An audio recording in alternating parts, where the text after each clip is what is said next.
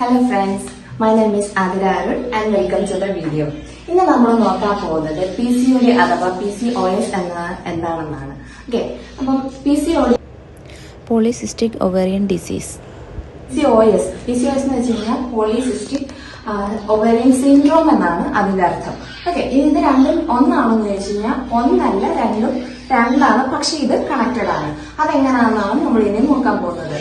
PCOD എന്ന് പറഞ്ഞു കഴിഞ്ഞാൽ ഒരു രോഗമാണ്. ഓക്കെ, നമ്മുടെ സ്ത്രീകളിൽ ഉണ്ടാവുന്ന ഒരു രോഗത്തിന്റെ പേരാണ് PCOD. അപ്പം സ്ത്രീകളുടെ അണ്ഡാശയം അഥവാ ഓവറിയിൽ ഉണ്ടാവുന്ന ഒരു അസുഖമാണ്, ഒവേറിയൻ ഡിസീസ് ആണ്, ഒരു രോഗമാണ് PCOD എന്ന് പറയുന്നത്.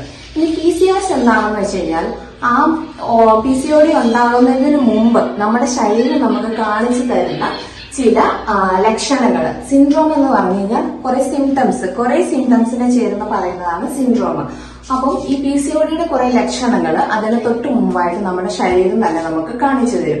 അതിന് പറയുന്ന പേരാണ് സിൻഡ്രോം എന്ന്. ഓക്കെ, സോ എന്തൊക്കെയാണ് ആ സിൻഡ്രോംസ് എന്ന് നമുക്കൊന്ന് നോക്കാം. ആ കാലഘട്ടം കൊണ്ട് നമുക്ക് നമ്മുടെ പീരിയഡ്സ്, അതായത് സ്ഥിരമായി പീരിയഡ്സ് ആയിക്കൊണ്ടിരിക്കുന്ന ഒരാളിന് അവരുടെ പീരിയഡ്സ് ഇറഗുലർ ആവുക, അല്ലെങ്കിൽ ഇടയ്ക്കിടയ്ക്ക് വരാതിരിക്കുക, അല്ലെങ്കിൽ ഇപ്പം പല സമയങ്ങളിലായിട്ട് ഒരു നിശ്ചിത ഡേറ്റ് ഇല്ലാതെ ഏതോ നമുക്ക് അറിയാലോ, കഴിഞ്ഞ മാസം നമുക്ക് ഇന്ന ഡേറ്റിൽ വന്നാൽ പിന്നെ നെക്സ്റ്റ് മന്ത് ഏതാണ് എന്ന് നമുക്കറിയാലോ. അപ്പൊ അങ്ങനെ നമുക്ക് പ്രെഡിക്റ്റ് ചെയ്യാൻ പറ്റാത്തൊരവസ്ഥ, അങ്ങനെ വരുന്ന ഒരവസ്ഥയുണ്ട്. പിന്നെ കൂടെ നമ്മളൊക്കെ വെയിറ്റ്, ഒരു നിശ്ചിത കാലങ്ങളിൽ നമ്മുടെ വെയിറ്റ് ഭയങ്കരമായിട്ട് കൂടി വരും. ഓക്കെ, അത് ഇതിന്റെ ഒരു സിംറ്റമാണ്. മൂന്നാമതെന്ന് പറഞ്ഞാൽ നമുക്ക് ശരീരത്തിലെ ഹോർമോൺസിനുണ്ടാകുന്ന ഇംബാലൻസ് കൊണ്ട് നമുക്കിങ്ങനെ ശരീരത്തില് ഇവിടെ ഇങ്ങനെ മീശ പോലെ വരുന്നത്, ഇവിടെ താടിയില്, ഇവിടെ ഈ ഭാഗത്തൊക്കെ ഇങ്ങനെ ഒരുപാട് രോമങ്ങൾ തിരിച്ചു വരുന്നത്. ഓക്കെ, അതൊക്കെ ഇതിന്റെ ഒരു ഭാഗമാണ്. പിന്നെ സ്ത്രീകളിൽ അധികവും ഇവിടെ കഴുത്തിന് ചുറ്റും ഇങ്ങനെ നല്ല കറുത്ത കളർ വരും, അത് ഇതിന്റെ ഒരു ഭാഗമായിട്ട് വരുന്നതാണ്. പിന്നെ മുടി കൊഴിച്ചില്, മുഖത്ത് കുരു, ആക്നെ വരും. ഇതൊക്കെയാണ് നമുക്ക് PCODക്ക് തൊട്ട് മുമ്പ് നമ്മുടെ ശരീരം നമുക്ക് കാണിച്ചു തരുന്ന ലക്ഷണങ്ങൾ. ഇനി ഞാൻ പറഞ്ഞല്ലോ ഇത് ഹോർമോൺ ഇംബാലൻസ് കൊണ്ടാണെന്ന്.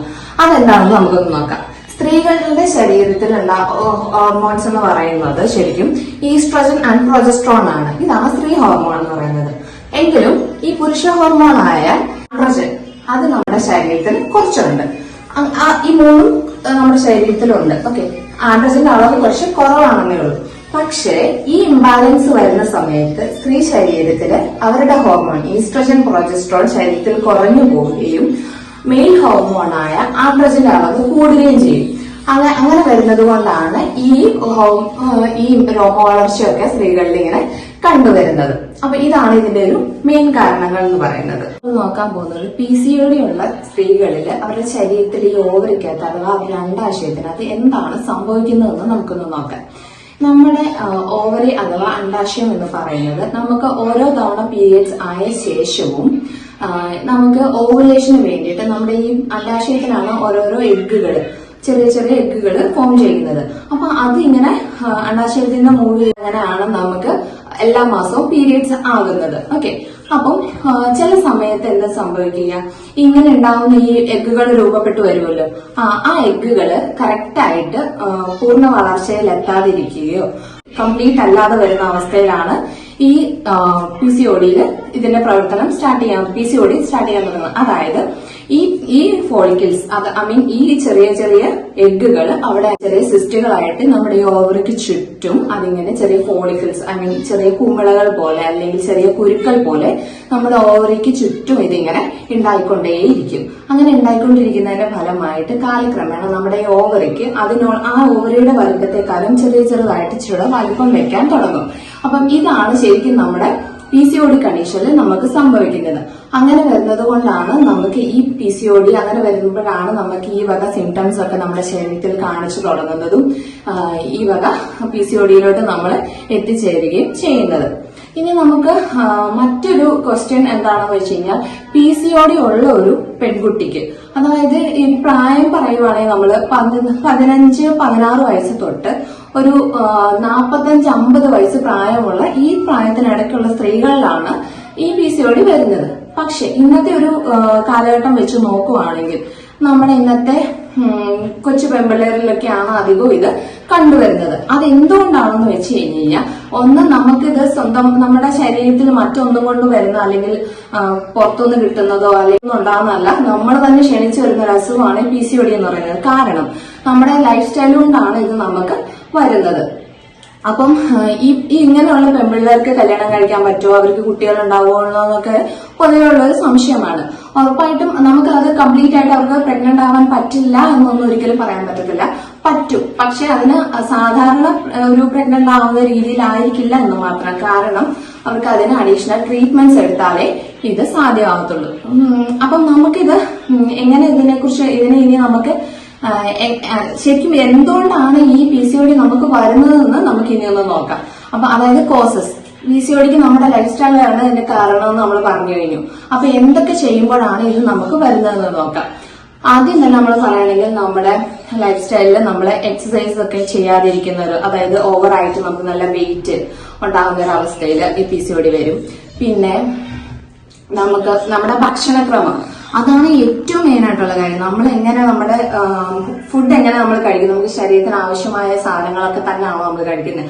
അതായത് നമ്മൾ പുറത്തുനിന്നുള്ള ജങ്ക് ഫുഡ്, ഫാസ്റ്റ് ഫുഡ്, ഒരുപാട് സ്വീറ്റ് ആയിട്ടുള്ളത്, ഒത്തിരി ഫാറ്റ് ആയിട്ടുള്ള ഫുഡ്, ഇതൊക്കെ ഇതിൽ കൂടുതൽ അവർക്ക് ശരീരത്തിൽ അവർക്ക് വേണ്ടുന്നതിനൊക്കെ കൂടുതൽ ഓവർ ഒബേസിറ്റി ആയിട്ട് നല്ല വണ്ണമുള്ളവർക്കൊക്കെയാണ് ഇത് ഉണ്ടാകുന്നത്. ഓക്കെ, അപ്പൊ നമ്മുടെ ലൈഫ് സ്റ്റൈൽ നമുക്ക് എത്രത്തോളം നിയന്ത്രിക്കാൻ പറ്റും എന്നതിലാണ് ഇതിനകത്ത് PCOD നമുക്ക് കൺട്രോൾ ചെയ്ത് കൊണ്ടുവരാൻ പറ്റുന്നത്. ഇത് നമ്മുടെ ലൈഫ് സ്റ്റൈൽ നിങ്ങൾക്ക് ശരിയാക്കുകയാണെങ്കിൽ തന്നെ ഉറപ്പായിട്ടും നമുക്ക് PCOD നമുക്ക് പൂർണ്ണമായിട്ടും മാറ്റിയെടുക്കാൻ പറ്റും. അപ്പൊ ആദ്യം തന്നെ നമ്മൾ അതിന് നമ്മുടെ ഓരോ ഭാഗം തൊട്ട് ഓരോന്നായിട്ട് വേണം നമ്മൾ ക്ലിയർ ചെയ്ത് വരാൻ. നമ്മൾ ഒരുപാട് വണ്ണമുള്ള ഒരാളാണോ, ഓക്കെ, നമ്മുടെ വണ്ണം കുറയ്ക്കാനുള്ള രീതികൾ നമ്മൾ ചെയ്യുക. അതിനുള്ള നമ്മൾ ഫുഡ് ക്രമീകരിക്കുക, എക്സസൈസ് ചെയ്യുക, അങ്ങനെയുള്ള കാര്യങ്ങളൊക്കെ നമ്മൾ ചെയ്യുക. ഓക്കെ, ഇങ്ങനെയൊക്കെയാണ് നമുക്ക് നമ്മുടെ ലൈഫ് സ്റ്റൈൽ മാറ്റിയാൽ മാത്രമേ ഈ കാര്യങ്ങളിൽ നമുക്ക് എത്തിച്ചേരാൻ പറ്റും. ഓക്കെ, അപ്പം PCOD നമുക്ക് ഫ്യൂച്ചറിൽ പ്രോപ്പറായ ട്രീറ്റ്മെന്റ് എടുക്കാതെ നമ്മൾ ലൈഫ് സ്റ്റൈലിൽ ചേഞ്ച് ഒന്നും വരാതെ നമ്മൾ മുന്നോട്ട് ഇങ്ങനെ തന്നെ കൊണ്ടുപോകുവാണെന്നുണ്ടെങ്കിൽ ഫ്യൂച്ചറിൽ നമുക്ക് വന്നെത്തിപ്പെടാവുന്ന കോംപ്ലിക്കേഷൻസ് എന്തൊക്കെയാണെന്നാണ് ഇനി നമ്മൾ നോക്കാൻ പോകുന്നത്. ഒന്നാമത്തത് തന്നെ ഇൻഫെർട്ടിലിറ്റി അഥവാ വന്ധ്യത എന്ന് പറയും. അതായത് സാധാരണ രീതിയിൽ അവർക്ക് പ്രഗ്നന്റ് ആകാനായിട്ട് സാധിക്കില്ല എന്നതാണ് ഒന്നാമത്തെ. 2, ഈ ഡയബറ്റീസ് ടൈപ്പ് 2 പോലുള്ള ഇതിലോട്ട് നമ്മൾ വന്നെത്തിപ്പെടും ഫ്യൂച്ചറിൽ. കാരണം ഹോർമോൺ ഇംബാലൻസ് എന്ന് പറഞ്ഞു. അപ്പം ഈ ഹോർമോൺ എന്ന് പറയുമ്പോൾ ഒന്ന് നമ്മുടെ തൈറോയ്ഡ് വരും, ഇനിയൊന്ന് ഇൻസുലിൻ വരും. കാരണം ഇത് ഇൻസുലിന്റെ അളവൊക്കെ നമ്മുടെ ശരീരത്തിൽ കുറഞ്ഞു പോകും. അപ്പം ശരീരത്തിന് അത് ആവാതെ വരുമ്പോൾ നമ്മൾ ഡയബറ്റിക് ആവും. പിന്നെ നമ്മൾ ഇൻസുലിൻ അങ്ങനെയുള്ള കാര്യങ്ങളുടെ പുറകെ പോകേണ്ടി വരും. 2, മൂന്നാമതെന്ന് പറഞ്ഞാൽ ഇനി അഥവാ ഇങ്ങനെ ഒരാള് പ്രഗ്നന്റ് ആയാൽ പോലും അവരുടെ പ്രഗ്നൻസിയിൽ പല കോംപ്ലിക്കേഷൻസ് വരും. അതായത് ഇമ്മച്ചുർ ആയിട്ടുള്ള ഡെലിവറി ആയിരിക്കും. മാസം തികയുന്നതിന് മുമ്പ് കുഞ്ഞുണ്ടാകുന്ന ഒരവസ്ഥ, അല്ലെങ്കിൽ കണ്ടിന്യൂസ്ലി കൂടെ തുടക്കത്തിൽ അല്ലെങ്കിൽ ഇടഭാഗങ്ങൾ കൊണ്ടൊക്കെ അവർക്ക് അബോർഷൻ ആയി പോകുന്ന ഒരവസ്ഥ, ഇങ്ങനത്തെ കോംപ്ലിക്കേഷൻസ് വരും. ഇനി അടുത്തെന്ന് പറഞ്ഞു കഴിഞ്ഞാൽ ഫ്യൂച്ചറിൽ പോകെ അവർക്ക് എൻഡോമെട്രിയൽ ക്യാൻസർ വരാൻ വരെയും കൂടെ ഇതിന് കാരണമാകും. അപ്പൊ നമുക്ക് ഇതില് ചെയ്യാൻ പറ്റുമെന്ന് പറഞ്ഞു കഴിഞ്ഞാൽ പ്രോപ്പറായ ട്രീറ്റ്മെന്റ്. ഹൈപ്പർ ടെൻഷൻ വരും, നമുക്ക് കൊളസ്ട്രോൾ കൂടും. അതായത് ലൈഫ് സ്റ്റൈൽ കൊണ്ടുണ്ടാകുന്ന അസുഖങ്ങളാണ് ഞാൻ ഈ പറഞ്ഞതിലധികം. അപ്പൊ ലൈഫ് സ്റ്റൈൽ നിയന്ത്രിക്കുക എന്നുള്ളതാണ് ഏറ്റവും പ്രധാനപ്പെട്ട കാര്യം. അതിന്റെ കൂടെ മെഡിക്കേഷൻസ് എടുക്കുക. മെഡിക്കേഷൻസ് ഒക്കെ നമുക്ക് കഴിക്കുന്നതിനകത്ത് ഒരു ലിമിറ്റ് ഉണ്ട്. എനിക്ക് തോന്നുന്നു ആദ്യം തന്നെ അവര് നമുക്കൊരു 3 മാസത്തെ കോഴ്സ് പോലെ ഒരു ട്രീറ്റ്മെന്റ് ഒക്കെ തരും. പിന്നെ അങ്ങോട്ടുള്ള കാര്യങ്ങളിലൊക്കെ നമ്മൾ തന്നെ തീരുമാനിച്ച് നമ്മുടേതായ രീതിയിൽ നമ്മളത് മാറ്റിയെടുത്താൽ മാത്രമേ ഇതിനകത്തുനിന്ന് നമുക്ക് പൂർണ്ണമായിട്ടും മുക്തിയാകാൻ പറ്റത്തുള്ളൂ. അപ്പൊ നമ്മൾ തന്നെ തീരുമാനിക്കാം നമ്മുടെ ലൈഫ് എങ്ങനെ മുന്നോട്ട് കൊണ്ടുപോകണം എന്നുള്ളത്. അപ്പൊ ഇതൊക്കെയാണ് എനിക്ക് ഈ PCOD അഥവാ PCOSനെ കുറിച്ച് നിങ്ങളോട് പറയാനുള്ളത്. ഇതുപോലുള്ള കൂടുതൽ ഇൻഫോർമേറ്റീവ് വീഡിയോസ് കാണുന്നതിന് വേണ്ടിയിട്ട് ഈ ചാനൽ സബ്സ്ക്രൈബ് ചെയ്യുക. പിന്നെ ഞാൻ ഈ പുതിയ വീഡിയോസ് ഉടനെ അപ്ലോഡ് ചെയ്യുമ്പോൾ നിങ്ങൾക്ക് അത് നേരത്തെ തന്നെ കാണാൻ വേണ്ടിയിട്ട് തൊട്ടടുത്തുള്ള ബെൽ ബട്ടൺ കൂടെ അമർത്താൻ മറക്കരുത്. താങ്ക്